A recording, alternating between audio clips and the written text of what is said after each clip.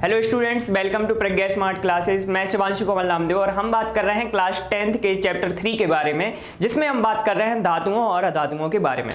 अभी तक हम बात कर चुके हैं कि जो धातुएं हैं वो किस तरह के भौतिक गुणधर्म प्रदर्शित करती हैं, हमें क्या क्या चीजें हैं जो बाहर से हम उनके बारे में समझ सकते हैं। अब हम उसके बारे में बात करेंगे रासायनिक गुणधर्मों के आधार पर कि किस तरह की रासायनिक क्रियाएं कोई भी धातु जो है वो प्रदर्शित करती हैं। जो धातुएं हैं उनके लिए अगर अलग अलग तरह के पदार्थों से हम अभिक्रिया कराएं तो वो किस तरह के उत्पाद हमें देंगी। जैसे यहाँ पे हम बात कर रहे हैं ऑक्सीजन के साथ क्रिया के बारे में, अलग अलग तरह से हम इनकी क्रिया करा सकते हैं। जैसे हम धातुओं की क्रिया ऑक्सीजन के साथ करा सकते हैं, हम जल के साथ उनकी क्रिया करा सकते हैं, हम अम्लों के साथ उनकी क्रिया करा सकते हैं। तो इस तरह की अलग अलग तरह की क्रियाएं हम जो है धातुओं के बारे में देख सकते हैं। सबसे पहले अगर हम बात करें ऑक्सीजन के साथ क्रिया अगर कराई जाए तो ठीक, ऑक्सीजन के बारे में आप जानते हैं कि एक तत्व है ये भी, और ये अधातु है जिसे O से हम प्रदर्शित करते हैं। ठीक है, इसका जो परमाणु क्रमांक है ये 8 होता है। अगर हम बात करें जो धातु है इसको हम ऑक्सीजन के साथ रिएक्ट कराते हैं तो ये धातु ऑक्साइड बनाता है। जब भी हम धातु की बात करते हैं तो हम इसको प्रदर्शित करते हैं M से, और जब भी हम बात करते हैं ऑक्सीजन के बारे में तो ये अगर हम इनके बीच की रिएक्शन कराएं तो ये हमें क्या बना के देंगे, MO बना के देंगे, मतलब मेटल ऑक्साइड, जिसे हम धातु ऑक्साइड भी कहते हैं। अब अलग अलग तरह की धातुएं होती हैं। जैसे हमने कहा कि कोई भी आपके पास धातुओं का पूरा प्रारूप है, जितनी भी धातुएं आपके पास है, तो जरूरी नहीं कि सभी एक तरह की क्रियाएं प्रदर्शित करेंगी। उनमें से कुछ धातुएं ऐसी होंगी जो कि बहुत जल्दी रिएक्ट करेंगी किसी भी चीज के साथ, और कुछ ऐसी होंगी जो कि उनके साथ बहुत धीमे रिएक्ट करती हैं। ठीक है, तो धातुओं में भी ये पूरा का पूरा सीक्वेंस आपको मिलेगा, ये पूरा क्रम मिलेगा, जहां पर कुछ धातुएं तेज क्रिया करती हैं या कह सकते हैं कि ज्यादा अभिक्रियाशील होती हैं, जबकि कुछ ऐसी होती हैं जो बहुत कम अभिक्रियाशील होती हैं। ठीक है, अगर हम बात करें कि यहां पे हमने कुछ एग्जांपल देखे हैं, जैसे कि हम अगर रिएक्शन कराएं कॉपर और ऑक्सीजन के बीच में, कॉपर जिसे हम तांबा भी कहते हैं, तो अगर इनके बीच में रिएक्शन कराई जाएगी तो ये हमारे लिए क्या देगा, कॉपर ऑक्साइड देगा। ठीक है, अब कॉपर की बैलेंसी पर निर्भर करता है कि ये किस तरह की का ऑक्साइड देगा। दो तरह के ऑक्साइड यहां पर बनते हैं, Cu+ एंड Cu2+, जिसे क्यूप्रस और क्यूप्रिक ऑक्साइड कहा जाता है। ये आगे की बात है। नॉर्मली जो हम देखते हैं वो क्या है कि कॉपर की रिएक्शन जब ऑक्सीजन से कराई जाए तो ये क्या देगा, हमारे लिए कॉपर ऑक्साइड देता है। इसी तरह से अगर हम एल्यूमिनियम की रिएक्शन कराएं ऑक्सीजन के साथ तो आपको क्या मिलेगा, एल्यूमिनियम ऑक्साइड मिलेगा। जैसे अगर हम जो कॉपर ऑक्साइड की बात कर रहे हैं, यहाँ पे आप कॉपर ऑक्साइड देख सकते हैं, ब्लैक कलर का कॉपर ऑक्साइड आपके लिए मिलता है ऑक्सीजन के साथ रिएक्ट कराने पर, और जो Al2O3 है भूरे रंग का, ये आपको प्रोडक्ट मिलता है। ठीक है, तो ये अलग अलग तरह से रिएक्ट करते हैं। अब क्या है कि कुछ अभिक्रियाशील धातुएं जैसे कि होती हैं, हमने बात की ना कि कुछ धातुएं बहुत ज्यादा अभिक्रियाशील होती हैं। तो जैसे कि हम बात करें सोडियम या मैग्नीशियम, जिसके बारे में आप जानते होंगे, ये इतनी ज्यादा अभिक्रियाशील होती हैं कि इनके लिए डायरेक्ट जो भी एयर है उसकी प्रेजेंस में नहीं लाया जा सकता, मतलब एक्सपोज नहीं किया जा सकता इनको डायरेक्ट एयर में, क्योंकि ये तुरंत उससे अभिक्रिया कर लेंगी। इसलिए आपने देखा होगा या जो भी प्रयोगशालाएं होती हैं वहां पर सोडियम को केरोसिन के बोतल में बंद करके रखा जाता है, क्योंकि ये हाईली रिएक्टिव होता है, बहुत जल्दी अभिक्रिया करता है। अगर इसको वातावरण के संपर्क में लाया गया तो ये तुरंत आग पकड़ लेता है। ठीक है, तो ये ज्यादा अभिक्रियाशील धातुएं हैं जो ऑक्सीजन के साथ तुरंत अभिक्रिया प्रदर्शित करती हैं, जबकि यहाँ पे आप देख रहे हैं कि इनकी जो रिएक्शन है थोड़ी सी उनसे स्लो है, कि ये तुरंत बिल्कुल ऐसी अभिक्रिया नहीं करती है, इनमें तुरंत आग नहीं लग जाती है। ठीक है, फिर इसके बाद अगर हम बात करें दहन के बारे में, तो दहन क्या होता है। अच्छा, इससे पहले एक दो रिएक्शन और देख लेते हैं हम। जैसे कि अगर हम बात करें सोडियम के बारे में, हमने कहा सोडियम है और ये ऑक्सीजन से रिएक्ट कर रहा है। ठीक है, तो ये क्या बनाएगा, जैसे कि आप कभी भी ऑक्सीजन को देखें तो ये कभी भी कह सकते हैं परमाणविक अवस्था में नहीं होता है, या कह सकते हैं ये इस तरह से रिएक्ट नहीं करता है कभी भी। ये हमेशा कैसे प्रेजेंट होता है, ऐसे मॉलिक्यूलर फॉर्म में प्रेजेंट होता है, इसलिए हम इसको हमेशा क्या लिखते हैं, O2 लिखते हैं। इसके बीच में जो रिएक्शन होगी वो क्या कहलाएगी, ये ऑक्सीकरण की इनके बीच में अभिक्रिया हो रही है, और ये क्या प्रोडक्ट बनाता है, इसके बाद चल के बनाता है ये Na2O बनाता है। ठीक है, फिर इसके बाद में इसको बैलेंस करना रह जाता है, तो अलग अलग तरह से इसको हम बैलेंस कर सकते हैं। इसके बाद अगर हम बात करें मैग्नीशियम के बारे में, जब मैग्नीशियम रिएक्ट करता है ऑक्सीजन के साथ, ठीक है, तो ये क्या बनाता है, MgO बनाता है, मैग्नीशियम ऑक्साइड बनाता है। ठीक है, तो यहाँ पे जो भी आप फॉर्मूला देखते हैं कि ये फॉर्मूला कैसे बना है, भाई ये फॉर्मूला इस आधार पर बनता है कि किसी भी जो भी आप एलिमेंट ले रहे हैं उनकी बैलेंसीज क्या कैसी है। जैसे अगर हम मैग्नीशियम की बात करें, आपके पास दो तरह के यहाँ पे आप एलिमेंट देख रहे हैं, एक है आपके पास Mg और एक है ऑक्सीजन। अब भाई इनके बीच में रिएक्शन तो हमने करा दी, लेकिन इससे प्रोडक्ट क्या बनेगा। ठीक है, ये जो आप सब में जगह 1 2 3 देख रहे हैं, ये आता कैसे है, तो इसके बारे में आपको सबसे पहले किसी भी धातु की ऑक्सीकरण अवस्था पता होनी चाहिए। जैसे अगर हम बात करें ऑक्सीजन की, तो ये कितनी होती है, -2 होती है। इसका मतलब क्या है, -2 इसके ऊपर जो लिखा हुआ है, इसका मतलब ये है कि ये 2 इलेक्ट्रॉन कहीं से भी ले सकता है। ठीक है, जैसे आप देख रहे हैं ऑक्सीजन जो है, ऑक्सीजन का परमाणु क्रमांक कितना है, 8 है, तो इसका इलेक्ट्रॉनिक जो अरेंजमेंट हुआ वो कितना हुआ, 2 और 6 के फॉर्म में हुआ। अब हम कहते हैं कि जो बाहरी अष्टक है इसको पूरा होना चाहिए, और पूरा होने के लिए ये अवस्था कैसी होनी चाहिए, 2 और 8, तब ये अष्टक पूरा माना जाता है। तो यहां पर ये 2 इलेक्ट्रॉन और ले सकता है, अगर 6 में 2 जुड़ जाएं तब ये 8 हो जाएगा और इसका अष्टक पूरा हो जाएगा। ठीक है, और ये किसी से ले रहा है इलेक्ट्रॉन, इसलिए माइनस चार्ज आता है इनके ऊपर। तो ऑक्सीजन की जो यहाँ पे अवस्था है वो कैसी है, 2- है। और जो मैग्नीशियम है, अगर मैग्नीशियम के बारे में आप देखें तो मैग्नीशियम का एटॉमिक नंबर जो है वो 12 होता है। मतलब इसका जो आप इलेक्ट्रॉनिक अरेंजमेंट बना सकते हैं या इलेक्ट्रॉनिक विन्यास जो हो सकता है वो क्या हो सकता है, 2 8 and 2 2 8 2। तो भाई यार ये इसका अष्टक तो यहीं पे पूरा हो गया है, इसके पास 2 इलेक्ट्रॉन ज्यादा है तो ये दान कर देगा, मेटल है ये इजीली दान कर देगा। ठीक है, तो ये 2 इलेक्ट्रॉन जैसे ही देगा तो इसके ऊपर प्लस चार्ज आ जाएगा और 2 इलेक्ट्रॉन इसने दिए हैं। ठीक है, इतनी बात हमारी क्लियर हो गई। अब हमें पता है कि इन दोनों की अवस्थाएं इस तरह की हैं। हम जब भी कहेंगे कि मैग्नीशियम और ऑक्सीजन की अब आपको रिएक्शन करानी है, इसके बाद क्या फॉर्मूला बनेगा आपको बताना है, तो आप इजीली दोनों की अवस्थाएं लिखोगे और क्या कर दोगे, क्रॉस मल्टीप्लाई जो भी उनकी अवस्थाएं हैं। तो क्या बनेगा, जो ऑक्सीजन का 2 था वो यहां आ गया और जो ऑक्सीजन का 2 था वो कहां आ गया, यहां पर आ गया। 2 से 2 कैंसिल हो जाएगा और जो फॉर्मूला बनेगा वो क्या होगा, MgO होगा। वो फॉर्मूला यहां पर हमने लिखा हुआ है। ठीक है, फिर इसके बाद वो बैलेंस करने वाली बात बचती है जो कि आप पढ़ ही चुके हैं फर्स्ट चैप्टर में। फिर इसके बाद अगर जैसे कि हम बात करें, यहां पर हमने लिखा है सोडियम के बारे में, इसका और फॉर्मूला आप लोग को थोड़ा क्लियर हो ही जाए कि कैसे। अगर हम बात करें सोडियम के बारे में, तो सोडियम के विषय में आप लोग जानते होंगे कि इसका परमाणु क्रमांक जो है वो 11 होता है। ठीक है, इतनी बात हम जानते हैं। अगर हम इस 11 को तोड़कर लिखें इलेक्ट्रॉनिक विन्यास के फॉर्म में, तो हम कहते हैं 2 8 8 8 इस तरह का विन्यास होता है। तो हमने लिखा 2 और 8, पहली इसकी 2 कक्षाएं ये हो गई, फिर इसके बाद एक और इलेक्ट्रॉन बचा, ये आ गया। ठीक है, तो किसी भी परमाणु में स्थायित्व तब होता है जब अष्टक पूर्ण होता है। तो इसका अष्टक तो भाई यहीं पे पूर्ण हो गया, 2 और 8। ठीक है, या तो ये 8 हो जाता, तीसरा वाला जो है ये भी 8 हो जाता तो ज्यादा स्टेबल होता है। लेकिन यहाँ पे ऐसे जो नंबर है 1 से 8 तक के बीच में, तब तक अनस्टेबिलिटी बनी रहती है। तो हमें यार भाई ये 1 इलेक्ट्रॉन नहीं चाहिए है, हमने ये 1 इलेक्ट्रॉन हटा दिया, दान कर दिया। मेटल है वो इजीली दान कर सकता है, तो ये 1 इलेक्ट्रॉन दान कर सकता है, इसलिए इसके पास प्लस चार्ज है। फिर इसी तरह से अगर हम ऑक्सीजन के ऊपर देखें, तो हम ऑक्सीजन के बारे में आप जान चुके हैं कि भाई ये तो 2 इलेक्ट्रॉन लेने के लिए बैठा रहता है। ठीक है, इलेक्ट्रॉन ये 2 इलेक्ट्रॉन ले सकता है, लेकिन यहां पर जो अभी इसकी जो अवस्था है वो क्या है, 2-। हम जानते हैं कि ये हमेशा इसकी जो ऑक्सीकरण अवस्था होती है 2- होती है। तो इसका जो 2 है अब यहां पर आ जाएगा और इसका जो 1 है वो यहां पर आ जाएगा। तो इसका जो फॉर्मूला है इस तरह से वो क्या बन जाएगा, Na2O इसका फॉर्मूला बन जाएगा। तो जब भी आपको फॉर्मूला बनाना हो बहुत इजी होता है। आपको जो भी मेटल या नॉन मेटल, जो भी धातु और अधातु के बीच में अभिक्रिया हो रही है या किसी भी तत्व के बीच में अभिक्रिया हो रही है, आपको उस तत्व की ऑक्सीकरण अवस्था पता होनी चाहिए। आप उसके आधार पर उसका फॉर्मूला बहुत आसानी से लिख सकते हैं। फिर इसके बाद किसी भी चीज को बैलेंस करने वाला काम बचता है सिर्फ। ठीक है, जैसे कि हमने यहां पर कहा कि आपके पास 1 मैग्नीशियम है और 2 ऑक्सीजन है, आपने फॉर्मूला बना दिया MgO। तो 1 मैग्नीशियम 2 ऑक्सीजन यहां पर, लेकिन यहां पर 1 मैग्नीशियम है और 1 ऑक्सीजन है। भाई अभी बात नहीं बन रही है, कुछ तो गड़बड़ है। तो हम क्या करेंगे कि हम यहां पे बैलेंस करने की कोशिश करेंगे। हमने कहा कि अगर 2 ऑक्सीजन है तो भाई 2 मैग्नीशियम के एटम, ठीक है। लेकिन हमने जैसे ही कहा कि यहाँ पे 2 मैग्नीशियम है और यहाँ पे 2 ऑक्सीजन के एटम है, यहाँ चीजें फिर गड़बड़ा गई।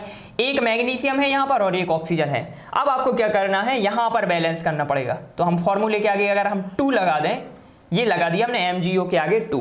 अब देखो सारी की सारी चीजें बराबर हो गई। 2 मैग्नीशियम हो गए यहाँ पर, 2 ऑक्सीजन यहाँ पर हो गए। तो ये जो साइड बनी ये क्या कहलाएगी, LHS कह सकते हैं हम इसको लेफ्ट हैंड साइड, बायां पक्ष कह सकते हैं। और जो दूसरी साइड है यहाँ पर भी 2 मैग्नीशियम हो गए क्योंकि 2 लगा है आगे, और 2 ऑक्सीजन हो गए क्योंकि 2 यहाँ पे आगे लगा ही हुआ है। तो यहाँ पर भी अब सारी चीजें बराबर हो गई। और जब भी हम कहते हैं LHS is equal to RHS, कोई भी इक्वेशन बैलेंस हो जाती है।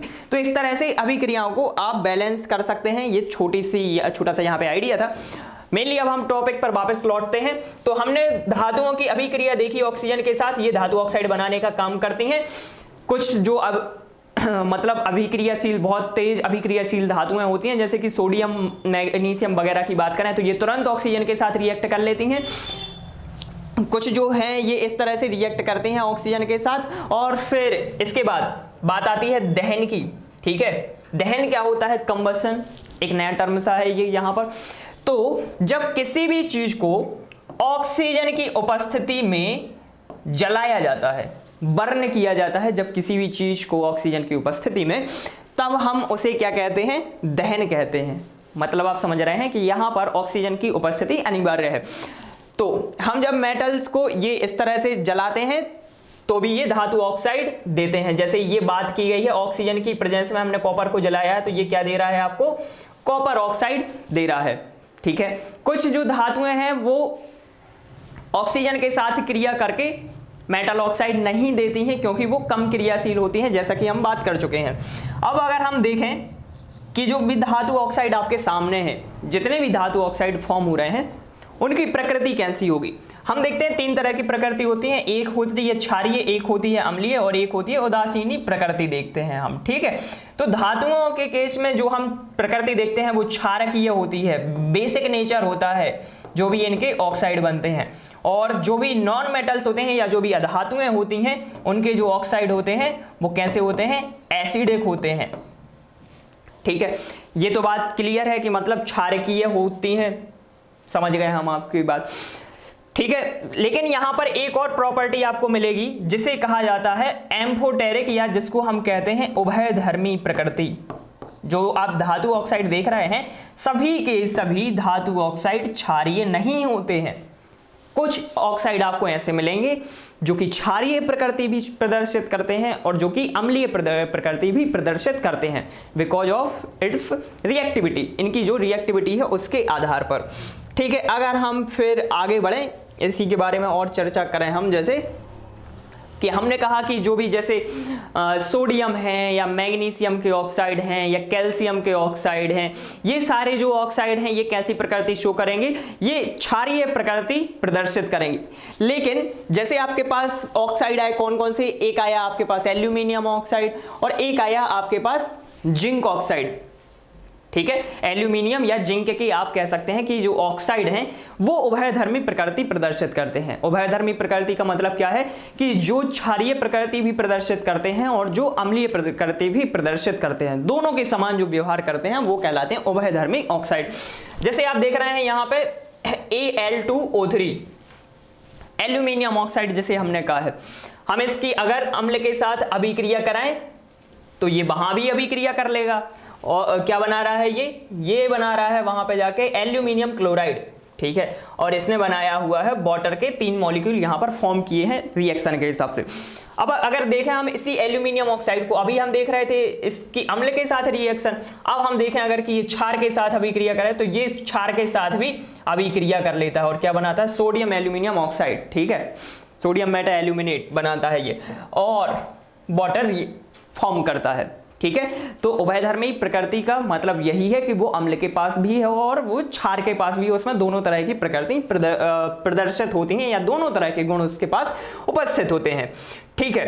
फिर इसके बाद हम अगर बात करें कि जो धातु ऑक्साइड की हम अभी तक बात कर रहे थे कि धातु ने ऑक्सीजन के साथ अभिक्रिया की और अलग अलग तरह के ऑक्साइड बने हैं।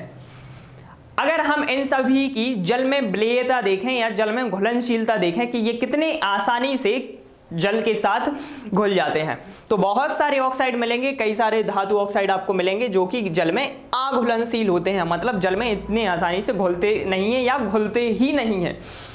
लेकिन आप देखें कि जैसे जो सोडियम ऑक्साइड है या जो पोटेशियम ऑक्साइड है, कहने का मतलब कि जितनी भी अभिक्रियाशील धातुएं होंगी जो सक्रियता श्रेणी में ऊपर की ओर आती हैं, जिनकी अभिक्रियाशीलता बहुत ज्यादा होती है, जो कंपाउंड्स के साथ बहुत इजीली अभिक्रिया करती हैं, इनकी अभिक्रियाशीलता का कारण क्या है? पहले तो इस बात पर दृष्टि डाली जाए कि जो भी सबसे ज्यादा अभिक्रियाशीलता दर्शाने वाली धातुएं होती हैं, ये बहुत इजीली अपने इलेक्ट्रॉन त्याग सकती हैं। जितने जल्दी कोई भी इलेक्ट्रॉन त्यागेगा, कोई दूसरा आके इलेक्ट्रॉन ग्रहण करने के लिए उसके पास आएगा, और जैसे ही वो इलेक्ट्रॉन ग्रहण करने के लिए आएगा उनके बीच में बंध बन जाएगा, ठीक है, बॉन्ड फॉर्मेशन होगा, तो नए कंपाउंड बन जाएंगे। इसलिए ये किसी भी कंपाउंड के साथ इजीली रिएक्ट कर पाते हैं, क्योंकि इनकी अभिक्रियाशीलता इलेक्ट्रॉन दान करने की वजह से अधिक होती है, इजीली दान डोनेट करने की वजह से। तो हमने कहा कि अधिकांश जो धातु ऑक्साइड हैं वो जल में अघुलनशील होते हैं, लेकिन आपके पास कुछ ऑक्साइड है, जैसे कि हमने बात की है कि जो सोडियम ऑक्साइड है या जो पोटेशियम ऑक्साइड है, ये जल के साथ अभिक्रिया करते हैं, और जल के साथ अभिक्रिया करके ये विशिष्ट यौगिक बनाते हैं जिन्हें हम क्षारक कहते हैं। सबसे पहले अगर आप बात करें सोडियम ऑक्साइड के बारे में, सोडियम ऑक्साइड जब वाटर के साथ रिएक्ट करता है तो ये बनाता है सोडियम हाइड्रोक्साइड, जो कि एक प्रबल क्षारक है, स्ट्रॉन्ग बेस है जो अपने आप में। इसी तरह से अगर हम बात करें पोटेशियम ऑक्साइड के बारे में, तो पोटेशियम ऑक्साइड भी वाटर के साथ रिएक्ट करता है, और यहां पर जो H2O प्रेजेंट है वो किस फॉर्म में प्रेजेंट है? लिक्विड फॉर्म में प्रेजेंट है। जो भी वाटर के साथ आप रिएक्ट करा रहे हैं वो हम देखते हैं कि जो जल है उसकी तीन अवस्थाएं हो सकती हैं, ठोस, द्रव एंड गैस, तीनों में ये उपस्थित हो सकता है। हम यहाँ पर जिस जल के साथ इसकी अभिक्रिया करा रहे हैं वो द्रव अवस्था में है, और रिएक्ट कराने के बाद आपको क्षार प्रदान करता है। तो जैसे अगर हम बात करें पोटेशियम ऑक्साइड के साथ, ये वाटर के साथ रिएक्ट करेगा और एक्वस मतलब जलीय माध्यम युक्त क्षार आपको प्रदान करेगा। दोनों के दोनों जो क्षार हैं, चाहे वो पोटेशियम ऑक्साइड हो, पोटेशियम हाइड्रोक्साइड हो या सोडियम हाइड्रोक्साइड हो, इनकी प्रकृति प्रबल क्षारीय होती है, ठीक है। फिर इसके बाद हमने कहा कि कुछ जो धातुएं होती हैं वो बहुत ज्यादा अभिक्रियाशील होती हैं, कुछ होती हैं जो मध्यम होती हैं, तो कुछ ऐसी भी होंगी ना कि जो बिल्कुल रिएक्टिविटी प्रदर्शित नहीं कर रही हैं, जो रिएक्टिविटी शो नहीं कर रही हैं। पर्टिकुलरली अभी हम बात कर रहे हैं ऑक्सीजन के साथ, तो आपको सिल्वर और गोल्ड जो आप देखते हैं ना, सोना और चांदी, ये डायरेक्ट ऑक्सीजन के साथ ऐसी अभिक्रियाएं नहीं करती हैं, कोई अभिक्रिया प्रदर्शित नहीं करती हैं, ठीक है। आप चाहे कितना भी टेम्परेचर वगैरह दे दीजिए, ये उसके साथ रिएक्ट नहीं करने वाली, बिकॉज ऑफ इट्स रिएक्टिविटी। वही बात है, सक्रियता श्रेणी में जो ये धातुएं हैं ये बहुत नीचे की तरफ आती हैं, इनकी अभिक्रियाशीलता कम होती है, ठीक है। इतने जल्दी ये इलेक्ट्रॉन डोनेट नहीं करती हैं, इलेक्ट्रॉन का त्याग नहीं करती हैं, इसलिए इनकी जो अभिक्रियाएं हैं वो ऑक्सीजन के साथ तो ठीक है, ये दूसरे भी जो कंपाउंड हैं उनके साथ इतनी ज्यादा अभिक्रियाएं प्रदर्शित नहीं करती हैं। अब अगर हम आगे की तरफ देखें, जैसे कि आप देख रहे हैं यहाँ पे सोडियम ऑक्साइड या मैग्नीशियम ऑक्साइड की प्रकृति आप देख रहे हैं, तो हमने कहा कि जो सोडियम प्रेजेंट है ये Na+ के फॉर्म में प्रेजेंट होता है, आपसे पहले ही कह चुके हैं। फिर इसके बाद जो ऑक्सीजन 2+ है या ऑक्सीजन 2- है, क्योंकि इसको 2 इलेक्ट्रॉन चाहिए हैं, तो ये इस तरह से प्रेजेंट है। तो अब आप बात समझ रहे हैं, जैसे कि हमने आपसे कहा था कि Na2O, अगर इस पर थोड़ी सी हम संरचना के बारे में बात करें कि जो ऑक्सीजन है ये दो तरफ सोडियम एटम्स से घिरा हुआ है। क्यों घिरा हुआ है? अभी तक जो हम बात कर रहे थे, जैसे हम Mg की बात कर रहे थे या मैग्नीशियम ऑक्साइड में बात कर रहे थे, वहां पर एक मैग्नीशियम सिर्फ एक ऑक्सीजन के साथ रिएक्ट कर रहा था, यहां पर एक ऑक्सीजन 2 सोडियम के साथ क्यों कर रहा है? कारण सीधा सा है, क्योंकि हमने कहा था कि जो ऑक्सीजन है ये 2- चार्ज लेने के लिए भाग रहा होता है, इसको 2 इलेक्ट्रॉन चाहिए हैं भाई। लेकिन हमने कहा कि जो सोडियम है ये तो प्लस चार्ज वाला होता है, मतलब ये सिर्फ 1 इलेक्ट्रॉन इजीली दे सकता है, ठीक है। तो अब ऑक्सीजन क्या करेगा? भाई 1 इलेक्ट्रॉन तुम दे दो यार हमारे लिए, और 1 इलेक्ट्रॉन तुम दे दो, हमारी आवश्यकताओं की पूर्ति हो जाए। और सोडियम ठहरा मेटल, और बिल्कुल जो मतलब सबसे पहले क्षारीय धातु ही है वो, तो बिल्कुल उसकी अभिक्रियाशीलता ज्यादा, उसके पास वो इलेक्ट्रॉन इजीली दे देगा आपके लिए, ठीक है। तो यहां दोनों जगह से ये इलेक्ट्रॉन गेन कर लेता है। सबसे पहले अगर हम बात करें इसके पास एक इलेक्ट्रॉन यहाँ पे एक्स्ट्रा है, बाकी तो इसका अष्टक भरा हुआ है, एक इलेक्ट्रॉन यहाँ पर एक्स्ट्रा है। लेकिन अगर हम ऑक्सीजन के बारे में बात करें तो ऑक्सीजन का जो बाहरी अष्टक है पूर्ण नहीं होता है, और यहाँ पर कितने इलेक्ट्रॉन होते हैं आपको यहाँ पर देखने मिलेंगे, 2 और 2 4, 5 और 6 इलेक्ट्रॉन। अभी इसको एक इलेक्ट्रॉन यहाँ पे चाहिए, एक इलेक्ट्रॉन यहाँ पे चाहिए, तो ये सोडियम के साथ रिएक्ट करेगा और पूरे इलेक्ट्रॉन अपने पास करने की कोशिश करेगा। तो देखो वो हो भी जाएंगे। 2 इलेक्ट्रॉन ये हैं, अगर इसका कलर बदल दिया जाए, 2 इलेक्ट्रॉन ये हैं, 2 यहाँ पे, 2 यहाँ पे और 2 यहाँ पे। अष्टक हो गया भाई इसका पूर्ण, और सोडियम का अष्टक भी पूर्ण हो गया, क्योंकि ये इसने एक इलेक्ट्रॉन की बला टाल दी अपने सर से। कह रहा था कि ये एक इलेक्ट्रॉन एक्स्ट्रा है, इसके कारण हमारा अष्टक पूर्ण नहीं रह पा रहा, हम स्थायी नहीं रह पा रहे हैं। तो देखो यहाँ पे जो एक ऑक्सीजन है वो 2 सोडियम के साथ घिरा हुआ है हर जगह पर, ठीक है। या कह सकते हैं कि जो एक ऑक्सीजन एटम है यहाँ पर वो काय के साथ रिएक्ट करेगा, 2 सोडियम एटम्स के साथ रिएक्ट करेगा। फिर इस तरह से अगर आप मैग्नीशियम में देखें तो वही बात हमने कही थी कि यहाँ पर सिर्फ एक ऑक्सीजन के लिए एक मैग्नीशियम ही काफी है, क्योंकि जितने इलेक्ट्रॉन मैग्नीशियम के पास एक्स्ट्रा हैं उतने ही इलेक्ट्रॉन ऑक्सीजन को चाहिए हैं। तो मैग्नीशियम के पास 2 इलेक्ट्रॉन एक्स्ट्रा हैं, यहाँ पर ऑक्सीजन को वही 2 इलेक्ट्रॉन चाहिए हैं।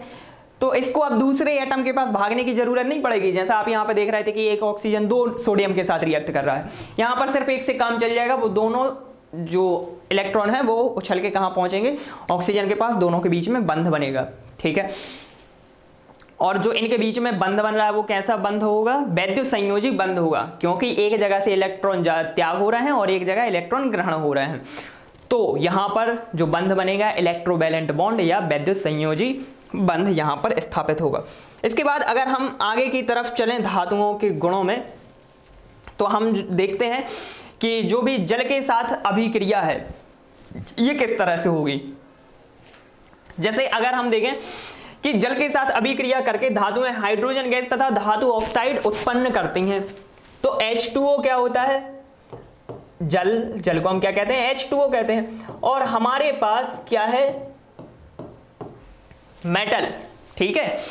तो ये क्या बनाएंगी, यहां का जो ऑक्सीजन है वो रिएक्ट करेगा मेटल के साथ, मतलब मेटल ऑक्साइड। जो चीज पहले बनी थी वो वही ये यहां पर बनेगी, और साथ में हाइड्रोजन रिलीज होगी, हाइड्रोजन गैस मुक्त होगी, ठीक है। सीधी सी बात अगर कही जाए तो धातु प्लस जल मिलकर धातु ऑक्साइड और हाइड्रोजन बनाएंगे, ये सीधी सी बात है।